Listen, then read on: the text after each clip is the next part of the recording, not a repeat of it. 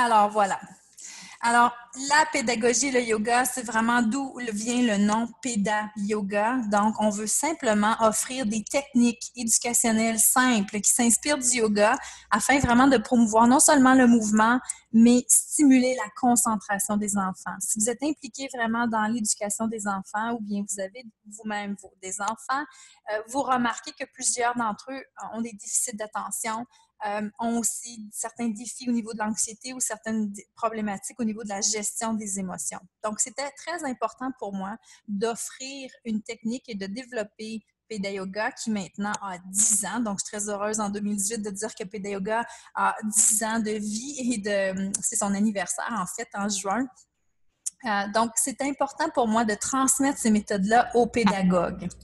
Si Péda Yoga existe, c'est d'avant tout parce que je suis parent d'un enfant à besoins particuliers. Donc, j'ai une fille maintenant qui a 18 ans, Daphné, et Daphné a certaines problématiques au niveau neurologique. Déficit d'attention, problématique d'apprentissage et aussi, c'est un peu plus sévère, elle a un défi au niveau de la déficience intellectuelle. Donc, toute cette belle technique-là, Péda Yoga, qui est devenue maintenant une marque de commerce, est un peu différent de ce que vous allez voir sur le marché du yoga parce que nous, notre but et mon but de pédagogue et de parent, c'était vraiment de trouver des techniques afin d'aider ma fille et ainsi que les autres enfants dans le système scolaire et préscolaire à canaliser leur énergie. Donc, c'était très important pour moi que les enfants puissent apprendre à canaliser leur énergie, mais surtout montrer à des adultes comment aider les enfants à comprendre comment le faire. Diminuer le stress, comment aider les enfants à gérer leurs émotions et surtout les aider, ces pédagogues-là, ou bien les parents, à instaurer des rituels pour se débarrasser non seulement de la fatigue ou des tensions du corps, afin d'avoir une meilleure concentration, un meilleur comportement et surtout stimuler l'estime de soi chez les enfants. Donc, les techniques que vous allez voir dans Péda Yoga, ce sont des techniques qui s'insèrent très, très bien dans l'éducation des enfants afin de les aider à se calmer, éveiller leur conscience de soi et surtout stimuler non seulement la conscience de soi, mais la concentration. Donc, Péda Yoga est un petit peu différent de ce que vous allez voir sur le marché, mais c'est un programme qui a fait vraiment ses preuves au fil du temps parce que c'est un programme qui a été développé depuis 2008. Plusieurs d'entre vous l'ont peut-être déjà entendu via des formations, via des ateliers que nous offrons dans les écoles, dans les centres éducationnels. Et le Péda Yoga nous permet vraiment de mieux comprendre comment aider l'enfant à mieux gérer les tensions de son corps, comme je le disais, mais aussi à mieux comprendre comment fonctionne sa tête, son cœur et son corps. Donc, le programme Péda Yoga a été instauré dans les CPE, dans les écoles, à la maison et de plus en plus d'associations aussi utilisent la méthode Péda Yoga pour animer des sessions dans les camps de jour, dans les camps familiaux, dans les activités pour les familles ou les activités préscolaires le week-end pour les associations de la famille, par exemple. Donc, dans cette présentation-là qui est de courte durée, je veux vraiment vous présenter c'est quoi les postures pour certaines problématiques bien identifiées chez les enfants. Donc, que ce soit un enfant qui a un trouble de l'anxiété, comme je disais, un défi avec la gestion de ses émotions, difficulté à dormir, difficulté à s'insérer socialement dans un contexte scolaire, préscolaire où il y a certaines phobies, certaines peurs. Le Péda Yoga vise vraiment à aider ces enfants-là à bien gérer ces différents éléments stresseurs-là et de leur donner des stratégies pour composer avec ce stress-là. Le but, ce n'est pas d'éliminer tous les stress, c'est d'équiper les enfants à mieux gérer les stress qui sont de plus en plus présents et surtout gérer les exigences du monde actuel. Évidemment, dans cette présentation-là, je vous donne un aperçu de certaines postures. Alors, dans les types de postures que vous allez voir, les postures qui sont de plus en plus, je dirais les postures dans le monde du yoga, ce sont les mêmes postures. La différence avec Péda Yoga, c'est que nous avons imagé les postures différemment et nous avons aussi offert, je dirais, peut-être des noms un peu différents de la méthode traditionnelle de la méthode traditionnelle de yoga. Donc, les postures dans différents bouquins, que ce soit le livre Yoga pour les enfants, qui est le guide, le best-seller que les éducateurs utilisent. C'est le guide vert ici que vous voyez en bas. Évidemment, ce guide-là est très utilisé par les enseignants et les éducateurs de la petite enfance. Les autres guide. Je m'excuse, j'ai perdu la page. Je reviens ici. Et voilà. L'autre guide, c'est le yoga en famille. Le yoga en famille a été développé pour les familles, mais aussi pour la petite enfance. C'est le guide, je dirais, le plus utilisé pour offrir non seulement des conseils yogiques, mais aussi offrir des conseils pour, c'est le guide ici, c'est des conseils pour mieux éduquer les enfants, pour mieux intervenir quand vient le temps d'avoir des troubles de comportement. Donc, on donne des stratégies éducatives. Et c'est ça la force de Peda Yoga, c'est qu'on enseigne non seulement le yoga chez les enfants, pour les éducateurs, on montre comment l'insérer dans l'éducation, mais on vous donne des stratégies pour gérer les comportements plus difficiles. Et pour moi, ça, c'était hyper important. Parce qu'avec un enfant différent, on doit être créatif et on doit vraiment apprendre à mieux gérer, mieux intervenir. Alors, dans les postures que vous allez voir, évidemment, j'essaie de changer de page. Voilà. Pour chacune des postures, vous allez remarquer que nous avons des symboles attitrés. Donc, que ce soit pour stimuler l'estime de soi, développer le calme intérieur, l'équilibre, ces postures-là vont vous aider et ils sont bien identifiés dans les guides et dans les formations. Quelle posture vient faire quoi? C'est-tu la flexibilité du comportement, de l'esprit, du corps? Est-ce qu'on travaille le centre de l'attention, le tonus? Bref, c'est ça que vous allez venir voir et apprendre dans la technique Peda Yoga. Mais vous qui voulez vraiment un aperçu rapido, dans le Peda Yoga, vous allez vraiment voir comment stimuler la concentration des enfants. Donc ici, vous avez 4 postures dans cette présentation-là qui viennent stimuler la concentration. Par exemple, ici, l'oiseau, vous avez le pont en dessous, l'arbre et la chute. Dans les sessions de yoga pour enfants, il est important de répéter, mais surtout que la posture fasse un sens, ait du sens pour l'enfant. Donc, c'est pour ça que l'oiseau, l'enfant est très bien capable d'imiter l'oiseau. Donc, la posture, lorsqu'on vient le temps de stimuler l'équilibre, stimuler le centre de l'attention et de la concentration, pardonnez le petit typo ici, l'enfant va imiter l'oiseau et vous, votre rôle comme intervenant, comme votre rôle d'animateur, si vous voulez vraiment faire des liens pour l'enfant et aider l'enfant à acquérir, bien intégrer les notions d'équilibre, d'attention et de concentration, il est important de modéliser. Donc, non seulement faire l'oiseau, répéter le mouvement des bras de l'oiseau, mais aussi venir donner des caractéristiques à l'oiseau. L'oiseau est calme, l'oiseau déploie ses ailes, l'oiseau a une force intérieure, a de l'équilibre. Donc, vous offrez des inductions à l'enfant. Et ça, c'est des inductions qui viennent d'une technique de coaching qui se nomme la PNL, programmation neuro-linguistique. Donc, dans le Peda Yoga, vous allez non seulement amener des indications comment faire la posture, faire répéter la posture, mais vous allez aussi offrir des inductions pour que l'enfant intègre les bienfaits de la posture et qu'il se sente bien dans la posture. Ensuite, pour le pont, la même chose, vous allez amener l'enfant à faire des postures pour aider à ce qu'il équilibre son système nerveux, ses systèmes nerveux, mais aussi viennent travailler en tonicité. Donc, plus on pousse dans les mains, plus l'enfant doit se concentrer sur ce que son corps fait, vivre les sensations, les retenir et en même temps, son cerveau emmagasine. Donc, quand vient le temps pour vous d'enseigner le yoga, la posture est importante. Mais ce qui vient vraiment bien ancrer et stimuler le comportement et modéliser, c'est quand vous ajoutez aussi des bienfaits, ces programmations-là. Alors, c'est important donc de ne pas juste miser dans vos sessions de yoga sur la posture, mais sur ce que l'enfant doit ressentir de l'intérieur. Et c'est là la force et la puissance et l'intégration. L'arbre, la même chose, quand on dit yoga, on veut que l'enfant aussi fasse le mouvement des deux côtés quand il y a des postures qui requièrent le côté droit ou le côté gauche. Donc, par exemple, la posture de l'arbre, l'enfant doit évidemment se positionner sur une jambe, avoir de l'équilibre, lever les bras et évidemment, ça renforce tout le système, la concentration. Et surtout, ce qu'on fait d'un côté, on doit le faire de l'autre pour équilibrer et stimuler le cerveau droit, le cerveau gauche. Et vous allez remarquer chez certains enfants, juste l'équilibre ou bien faire d'un côté droit versus l'autre côté, c'est plus difficile. Alors, vous demandez un certain effort aussi à l'enfant, mais ce que vous devez faire, surtout dans vos sessions de yoga, c'est encourager l'élève, encourager l'enfant à venir pratiquer et que la perfection n'existe pas.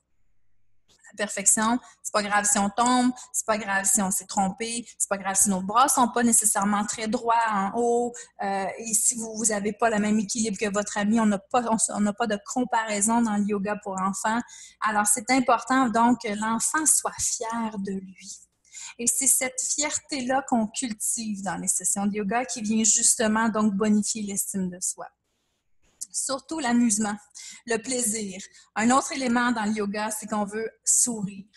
On veut regarder l'enfant différemment. On veut le voir avec ses forces et non pas seulement avec ce qu'il ne réussit pas à pratiquer. Alors pour, par exemple, la chute, évidemment, on va lever les bras, on va aussi modéliser, on va imaginer. Donc, le Pitta Yoga vient aussi stimuler l'imaginaire chez l'enfant. Donc, en fermant les yeux, on peut imaginer des sons, des couleurs. On peut garder les yeux ouverts aussi. Donc, vous amenez l'enfant à pratiquer et imaginer, entendre les sons de la chute, entendre les sons de la chute de l'autre ami à côté pour stimuler et surtout encourager l'éveil et la sélection auditive. Plusieurs enfants qui ont des défis d'apprentissage et de concentration n'arrivent pas à discriminer le bon son. Donc, quand il y a un environnement trop bruyant, on a de la difficulté à se concentrer, par exemple, sur la voix du professeur qui donne les enseignements. Donc, ces enseignements-là, à imaginer, sélectionner le bon son, se concentrer sur un son ou un mouvement vient stimuler la concentration. Une autre façon de venir aider dans vos sessions de yoga pour enfants, c'est d'aider à utiliser le yoga pour faciliter les moments de transition. Donc, pour un moment de transition, par exemple, entre une activité de lecture vers une récréation, par exemple, ou une activité de récréation, donc les enfants vont à l'extérieur, doivent revenir à l'intérieur et évidemment, parfois, ils sont un peu hyper stimulés, on doit calmer leur énergie. Le Pitta Yoga est très, très recommandé pour ça. Alors, en termes de posture, ici, nous avons 4 postures pour vous aider au moment de transition. Donc, ça peut être en déplacement. L'enfant peut faire l'oiseau. Vous pourriez même, si vous avez de l'espace et que c'est pris, évidemment que les enfants sont... vous avez l'espace pour ça, vous pourriez faire le lion. La posture de la girafe, très appréciée. N'oubliez pas côté droit, côté gauche. Et la grenouille, si vous avez besoin de faire libérer un peu d'énergie aux élèves, stimuler un petit peu plus et augmenter le rythme cardiaque, augmenter aussi le rythme sanguin. La grenouille est très prescrite pour ça. Évidemment, vous pouvez, dans chaque séance de yoga, jouer avec 2 éléments. La rapidité d'exécution et le nombre de répétitions. Donc, par exemple, l'oiseau, si je veux qu'il se calme, je vais pouvoir déployer les ailes et amener l'enfant à déployer les ailes plus lentement ou plus rapidement pour augmenter ou diminuer la dépense énergétique. La même chose pour la grenouille. Je pourrais donc déployer ou demander à la grenouille de sauter plus haut, plus fort, plus rapidement, plus loin. Peu importe, c'est vous qui allez décider ce que l'enfant a besoin. Est-ce que je nivelle l'énergie vers le bas ou est-ce que j'augmente l'énergie des enfants? Donc, est-ce que j'augmente la dépense énergétique en faisant un mouvement ou est-ce que je calme la dépense énergétique? Le lion, même chose, mais celle-ci est couchée au sol, parfois plus difficile quand il y a des pupitres, des chaises, par contre, toujours faisable. Le lion vient aider l'enfant aussi à émettre un son. Je remarque que nous avons souvent tendance à dire aux enfants de chuchoter, de baisser le ton, de ne pas parler. Alors, ce sont des consignes qui viennent vraiment inhiber la propulsion de la voix. Dans le yoga, c'est important d'amener l'enfant à verbaliser, vocaliser, faire des sons pour libérer cette tension-là au niveau de la gorge. Donc, le but, ce n'est pas de discipliner quand les lions parlent trop fort ou crient trop fort, c'est d'amener l'enfant à le faire et de faire fort, moins fort le son, mais aussi d'amener l'enfant à respecter les consignes. Donc, dans les moments de transition, vous pouvez utiliser ces 4 postures-là. La girafe serait une très belle position, par exemple, si vous voulez aussi vous déplacer en faisant bouger la girafe. On fait côté droit, côté gauche. La girafe est très, très appréciée. Vous pouvez même faire des mouvements du cou de la girafe vers l'avant, vers le haut, vers l'arrière, vers les côtés aussi. Donc, dans le yoga, dans le Pitta Yoga, et on l'enseigne dans le niveau orange qui traite des postures, mais aussi des mouvements, le flow dans le yoga, vous pouvez jouer avec ces mouvements-là. Jouer avec, donc, la rapidité, le nombre de fois qu'on le répète, donc l'exécution, est-ce que je le fais lent, rapide? Est-ce que je le fais combien de fois ma posture? Mon chiffre magique, moi, c'est entre 3 et 5. Donc, 3 et 5 fois que je répète la posture à différents niveaux de rapidité. Et l'autre, c'est avec le plus ou moins de consignes verbales. La plus grande difficulté des enseignants, des pédagogues, et je suis une de celles-là, c'est de moins parler. Alors, c'est important dans vos consignes. La première fois, je donne moins de consignes verbales où je mets l'accent sur une partie du corps. Et ensuite, j'augmente les répétitions, mais je diminue mon nombre de consignes verbales. Et ça, c'est pour simplement permettre à l'enfant de faire de l'introspection, ressentir la posture plutôt que de porter attention à ce que j'entends des instructions de l'enseignant. Évidemment, ça vient faciliter se brancher à soi. Donc, dans chacune des postures, on fait non seulement la répétition, la rapidité d'exécution, mais on vient aussi ancrer le tout avec la respiration.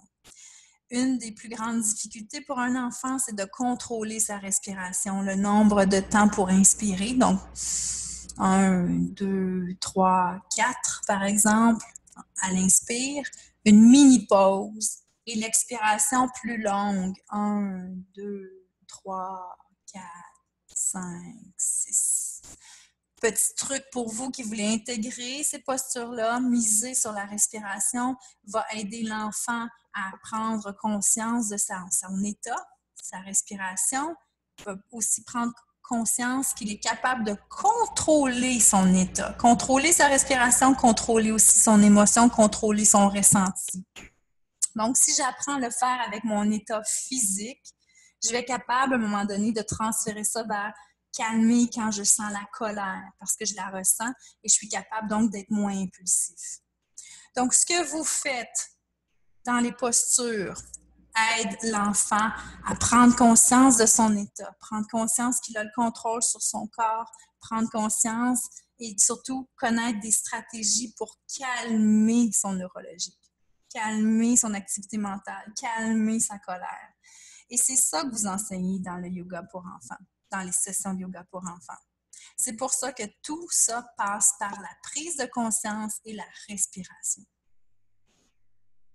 Évidemment, vous pouvez, avec le Pitta Yoga, on a une panoplie de jeux, d'outils. Dans plusieurs classes, on a utilisé le tapis de yoga. Sur le tapis de yoga, il y a un jeu, il y a des postures qui sont dessinées, mais il y a aussi la serviette de yoga ainsi que les livres et les cartes qui sont très utilisés. Et en plus, sur notre zone membre, on a énormément de contenu à télécharger.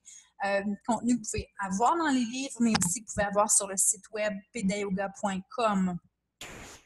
Évidemment, on a des animations pour enfants. Si vous êtes de ces enseignants-là qui avaient besoin d'un petit coup de pouce, un éducateur qui avait besoin d'un coup de pouce ou un parent, nous avons des animations, donc des animateurs de yoga qui vont aller modéliser quoi faire dans la classe, quoi faire à l'heure du midi, quoi faire en fin de journée dans les garderies scolaires.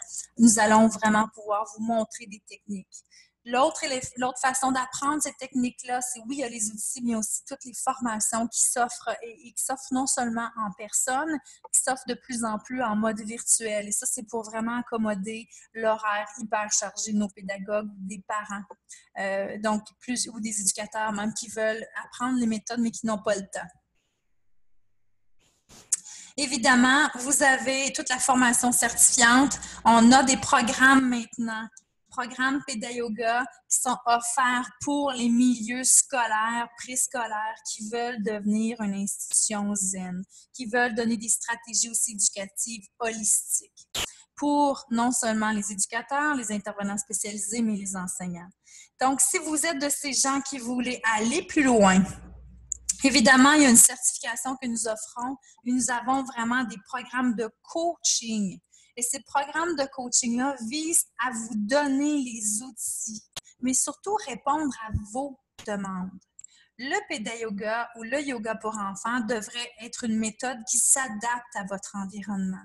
Donc, si vous êtes dans un milieu à l'extérieur, dans la nature, le Péda Yoga est possible. Voici comment on le fait. Si vous êtes dans un milieu préscolaire, la même chose. Si vous êtes avec des enfants à besoins spéciaux, des enfants qui ne parlent pas, qui ont une dysphasie, une dyspraxie, une déficience intellectuelle ou un trouble de spectre de l'autisme, le Péda Yoga peut venir aider et surtout s'adapte très bien pour des clientèles spécifiques.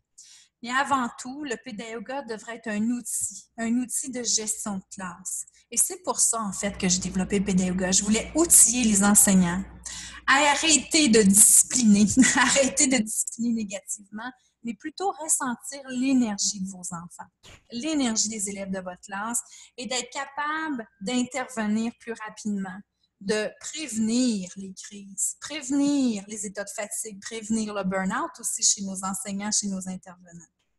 Donc, le Péda Yoga est une méthode qui, selon moi, peut s'apprendre, comme je vous ai dit, dans les livres, dans les outils, dans notre communauté Facebook aussi. On a une communauté en ligne, Péda Yoga Communauté, c'est une communauté fermée. Plusieurs se donnent des outils, des conseils, échangent des vidéos, échangent des outils, des photos, du matériel qu'ils ont eux-mêmes développé.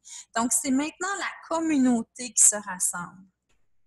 Et si vous voulez avoir un impact, et je vais laisser la conférence là-dessus, si vous voulez vraiment avoir un impact dans la vie de l'enfant et leur donner des outils de base, le Péda Yoga doit s'insérer presque à tous les jours.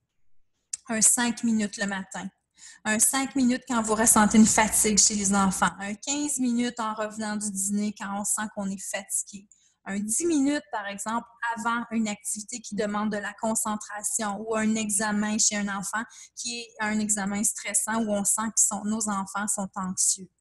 Il est important de ne plus négliger les signes de fatigue, de détresse, de stress, d'anxiété, afin vraiment de mieux outiller nos enfants.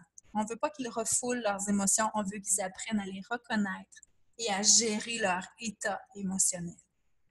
Et ça passe aussi par des adultes plus conscients de leur état émotionnel. Donc, vous êtes, chers adultes, les modèles.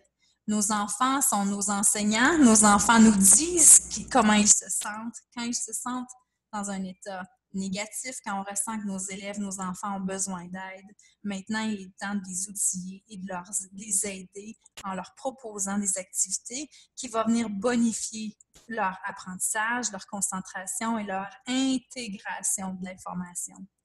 Donc, j'espère que je vous ai convaincu à au moins l'essayer pour vous, le Péda Yoga. Essayez quelques postures. Si vous êtes un adulte qui n'avait jamais fait de yoga, je vous invite vraiment à pratiquer. Vous pouvez regarder notre canal YouTube aussi. On a plusieurs vidéos pour les enfants. Si vous voulez simplement mettre une vidéo YouTube, vous pouvez tout simplement le faire. Et nos vidéos sont accessibles dans notre site Péda Yoga en ligne sur YouTube. Si vous n'y trouvez pas, écrivez-nous à l'adresse info@pedayoga.ca. Il va faire plaisir de vous rediriger vers certains outils. Et si vous êtes de ces pédagogues ou bien de ces animateurs de yoga qui voulaient aussi offrir des programmes dans les écoles, vous aimeriez en offrir plus, vous aimeriez outiller et surtout transmettre les outils Péda Yoga, parce que le but, c'est de transmettre ces outils-là. Évidemment, écrivez-nous. Ça va me faire plaisir de vous transmettre ces outils-là ou bien de vous jumeler à quelqu'un qui a déjà fait le programme. Alors, je vous souhaite vraiment un bel après-midi. Pratiquez le yoga, restez zen et simplement, si on peut vous aider dans l'intégration de votre programme, faites-nous signe, ça va nous faire plaisir et on va vous jumeler quelqu'un qui l'a déjà fait et qui a eu une belle expérience. Alors, sur ça, je vous souhaite bel après-midi. Namasté tout le monde. Et surtout, restez à l'affût. À la fin de cette séance webinaire, je vais vraiment vous transmettre aussi par courriel l'enregistrement de cette séance-là. Donc, je vous souhaite un bel après-midi. Namasté tout le monde et merci de faire une différence dans la vie de nos enfants.